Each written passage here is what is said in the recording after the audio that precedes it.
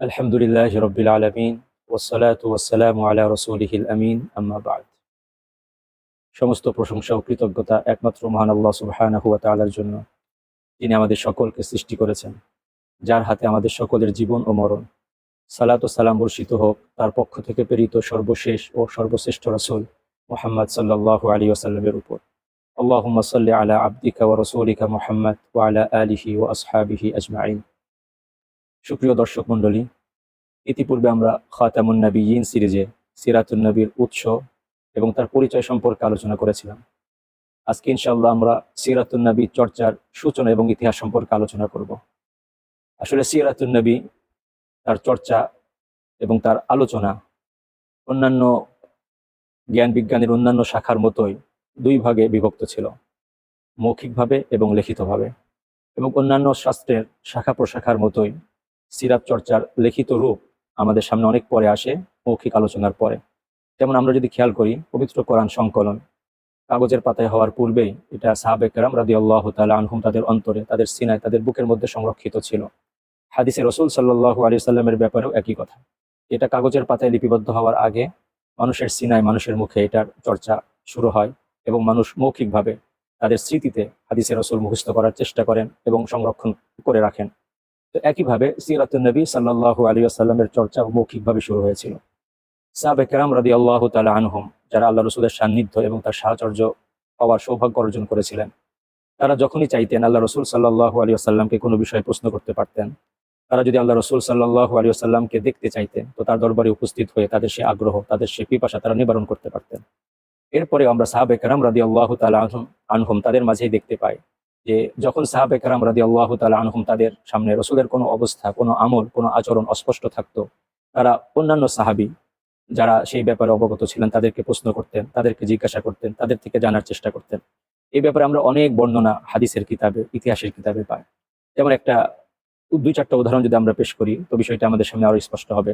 হযরত আয়েশা সিদ্দিকা রাদিয়াল্লাহু তাআলা আনহা, তাকে একবার কয়েকজন সাহাবী জিজ্ঞাসা করলেন যে কাইফা কানা খুলুকু রাসূলিল্লাহ সাল্লাল্লাহু আলাইহি ওয়াসাল্লাম, আল্লাহ রাসূল সাল্লাল্লাহু আলাইহি ওয়াসাল্লামের চরিত্র, তার আখলাক কেমন ছিল।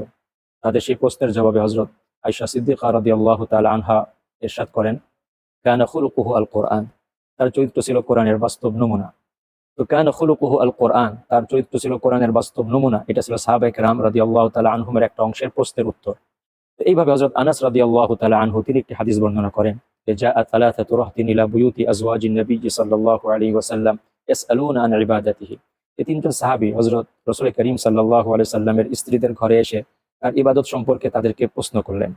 তো ফালাম্মা উখবিরু বিহা, যখন তাদেরকে রাসূলের ঘরের ইবাদতের কথা বলা হলো, যে তিনি ঘরে কখনো ঘুমাতেন, কখনো ইবাদত করতেন, রাতের এক অংশে তিনি ঘুমাতেন, আরাম করতেন, আরেক অংশে ইবাদত করতেন, দিনের কোনো দিনে তিনি রোজা রাখতেন, আবার কোনো দিনে তিনি রোজা রাখতেন না, সাধারণভাবে দিন যাপন করতেন, এবং কিছু অংশ তিনি তার স্ত্রীদের জন্য বরাদ্দ করেছিলেন, তিনি তার স্ত্রীদের সঙ্গে সময় ব্যয় করতেন।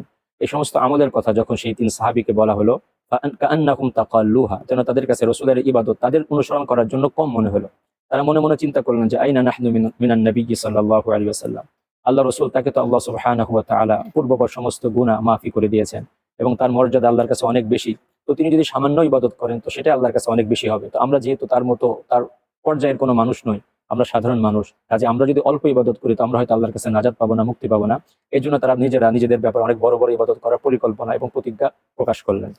এরপর আল্লাহ রসুল সাল্লাল্লাহু আলাইহি ওয়াসাল্লাম যখন ঘরে আসলেন এবং তাকে তাদের ব্যাপারে জানানো হলো, তো তিনি তাদেরকে জিজ্ঞাসা করলেন যে আনতুমুল্লাযীনা কুলতুম কাযা ওয়া কাযা, তোমরা কি এই ধরনের মন্তব্য করেছো, তোমরা কি এই ধরনের আমল করার প্রতিজ্ঞা করেছো।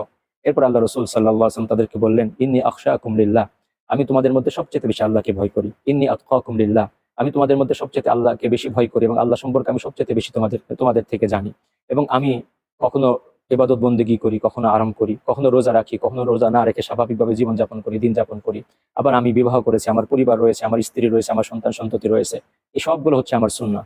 ফামান রাগিবা আন সুন্নতি ফালাইসা মিন্নি, কেউ যদি এই সমস্ত সুন্নাত থেকে নিজেকে দূরে রাখে, বিরত রাখে, তাহলে সে আমার দিন থেকে, আমার শরীয়ত থেকে দূরে থাকলো। তো এখানে আমাদের দেখার বিষয় যে আল্লাহ রাসূল সাল্লাল্লাহু আলাইহি সাল্লামের আমল সম্পর্কে জিজ্ঞাসা করার একটা প্রবণতা সাহাবায়ে কেরাম রাদিয়াল্লাহু তাআলা আনহুম তাদের মাঝে বিদ্যমান ছিল।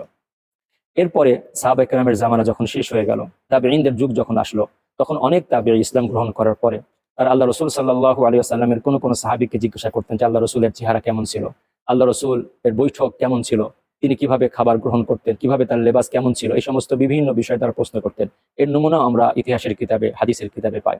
যেমন হযরত আলী রাদিয়াল্লাহু তাআলা আনহুর ছেলে হযরত ইমাম হাসান রাদিয়াল্লাহু তাআলা আন, তিনি যদি আল্লাহ রাসূল সাল্লাল্লাহু আলাইহি ওয়াসাল্লামের নাতি ছিলেন এবং আল্লাহ রাসূলকে দেখেছিলেন, তারপরেও তিনি হযরত আলী রাদিয়াল্লাহু তাআলা আনহুকে একবার জিজ্ঞাসা করলেন যে সিফনি আন সিয়ারিন নবী সাল্লাল্লাহু আলাইহি ওয়াসাল্লাম ফি জুলাসাই, হে আমার পিতা, আল্লাহ রাসূল সাল্লাল্লাহু আলাইহি ওয়াসাল্লামের বৈঠকগুলো কেমন হতো সেই সম্পর্কে আমাকে কিছু বলুন।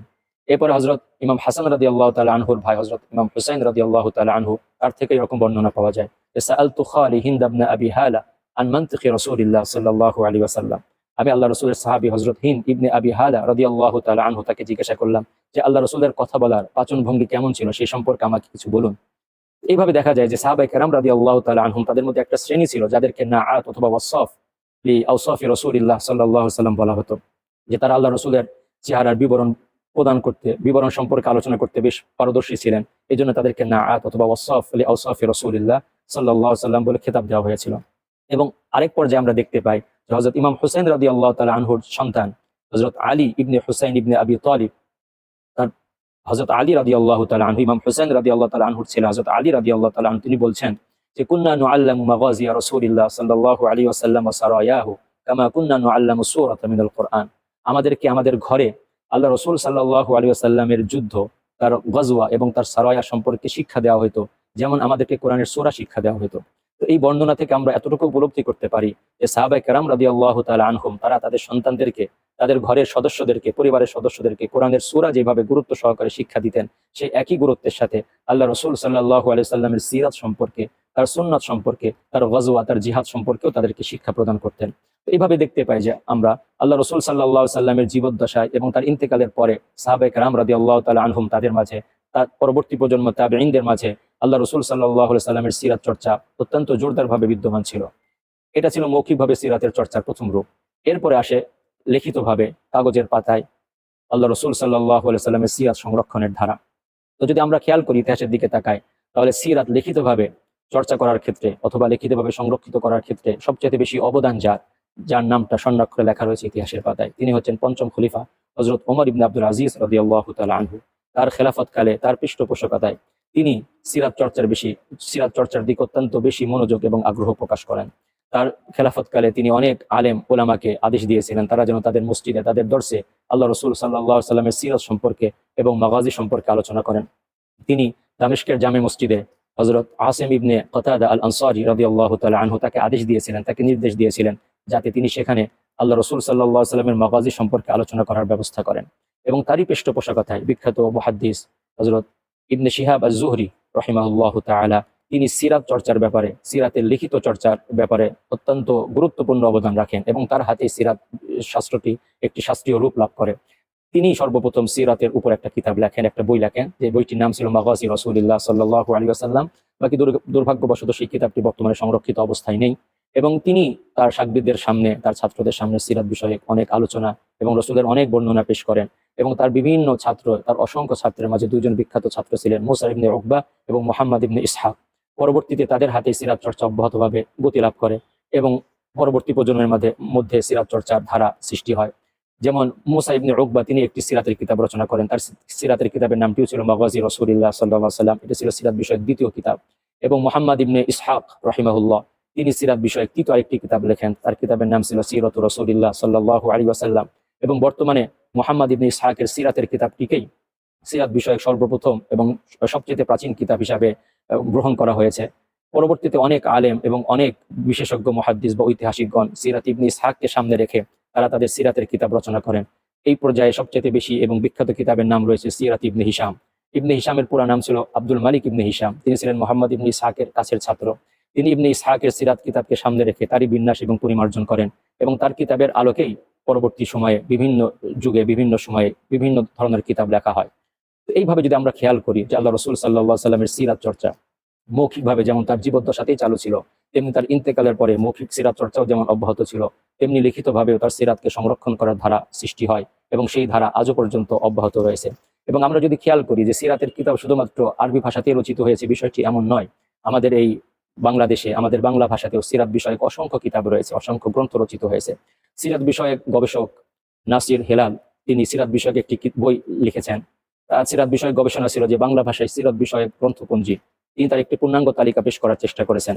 এবং তিনি সিরাত বিষয়ক কিতাব শুরু থেকে 1993 সাল পর্যন্ত একটি তালিকা প্রণয়ন করার চেষ্টা করেছেন। এবং তার গবেষণাটি ইসলামিক ফাউন্ডেশন থেকে প্রকাশিত একটি গবেষণা পত্র হিসাবে এখনো বিদ্যমান রয়েছে। তিনি বলেন যে আমাদের এই বাংলা অঞ্চলে যখন ইসলামের আলো প্রবেশ করে তখন থেকেই ইসলাম সম্পর্কে চর্চা এখানে শুরু হয়। এবং আমরা যদি প্রাচীন পুঁথি সাহিত্যের দিকে খেয়াল করি তাহলে দেখতে পাবো পুঁথি সাহিত্যের মধ্যে রাসূল করিম সাল্লাল্লাহু আলাইহি সাল্লামের সিরাত নিয়ে অনেক আলোচনা রয়েছে। তো পুঁথি সাহিত্যে আমরা সিরাতে নবী সাল্লাল্লাহু আলাইহি সাল্লামের কিছু নমুনা পাই। এরপরে তিনি সেই পুঁথি সাহিত্য থেকে শুরু করে 1993 সাল পর্যন্ত যে সিরাত বিষয়ক বাংলা ভাষায় রচিত কিতাবের তালিকা পেশ করেন, সেই তালিকার সংখ্যা 1028টি কিতাবে তিনি নাম উল্লেখ করেছেন। তো এ দ্বারা আমরা বুঝতে পারি যে আজ থেকে প্রায় 30 বছর পূর্বেই সিরাত বিষয়ক যত শিরোনাম বাংলা ভাষায় প্রবেশ করেছে, বাংলা ভাষায় যত সিরাত বিষয়ক যত কিতাব, যত গ্রন্থ রচনা করা হয়েছে, তাদের সংখ্যা হাজারকে অতিক্রম করে গিয়েছিল। এবং এই সর্বশেষ এই শেষের 30 বছরের মধ্যে সিরাত সম্পর্কে অসংখ্য কিতাব লেখা হয়েছে, অসংখ্য কিতাব আরবি বা অন্যান্য ভাষা থেকে অনুদিত হয়েছে। এইভাবে যদি আমরা খেয়াল করি তাহলে দেখতে পারবো যে আল্লাহ রাসূল সাল্লাল্লাহু আলাইহি ওয়াসাল্লামের সিরাত চর্চা তার জীবদ্দশায় যেভাবে শুরু হয়েছিল, তার জীবদ্দশায় শুরু হওয়ার পর থেকে আজ পর্যন্ত পুরোদমে চালু রয়েছে এবং এটা কিয়ামত পর্যন্ত চালু থাকবে। যেন এই সিরাত বিষয়ক এই চর্চাটা আল্লাহ সুবহানাহু ওয়া তাআলার পবিত্র কোরআনে সেই আয়াতের দিকে ইঙ্গিত করে, ওয়ারাফা'না লাকা যিকরাক। আল্লাহ সুবহানাহু ওয়া তাআলা এই আয়াতে তার রাসূল সম্পর্কে বলছেন, হে রাসূল, আমি আপনার আলোচনাকে সমুন্নত করেছি। এই জন্য আমরা দেখতে পাই যে কালের দূরত্ব, সময়ের দূরত্ব, ভাষার ব্যবধান কোনো কিছু রাসূল করিম সাল্লাল্লাহু আলাইহি সাল্লামের সিরাত চর্চার সামনে অন্তরায় সৃষ্টি করতে পারেনি। রাসূলের যুগ থেকে 1500 বছর পরে আসার পরেও, রাসূলের ভাষা থেকে অনেক দূরের ভাষা হওয়ার পরেও সেই ভাষাতেও রাসূলের জীবনী নিয়ে আলোচনা করা হচ্ছে, রাসূলের জীবন সম্পর্কে আলোচনা লেখা হচ্ছে, রাসূলের জীবনের বিবরণ সেখানে দেওয়া হচ্ছে। এবং এইভাবে কিয়ামত পর্যন্ত রাসূলের আলোচনা এই পৃথিবীর বুকে বিদ্যমান থাকবে। তো সম্মানিত দর্শক মণ্ডলী, আমরা যদি সিরাত চর্চাকে আমাদের জীবনে ধারণ করতে পারি, আমাদের অন্তরে যদি রাসূলের প্রেমকে ধারণ করতে পারি, তাহলে আমাদের সিরাত চর্চা সার্থক হবে। আল্লাহ সুবহানাহু ওয়া তাআলার কাছে আমরা সেই দোয়াই করি, আল্লাহ তাআলা যেন আমাদের সকলের অন্তরে রাসূলের মহব্বত, রাসূলের প্রেম এবং ভালোবাসা চিরজাগ্রত অবস্থায় থাকার তৌফিক দান করেন। আল্লাহুম্মা আমিন। ওয়া আখিরু দাওয়ানা আলহামদুলিল্লাহি রাব্বিল আলামিন ওয়া সাল্লাল্লাহু আলা নাবিয়্যিহি মুহাম্মদ ওয়া আলা আলিহি ওয়া আসহাবিহি আজমাইন।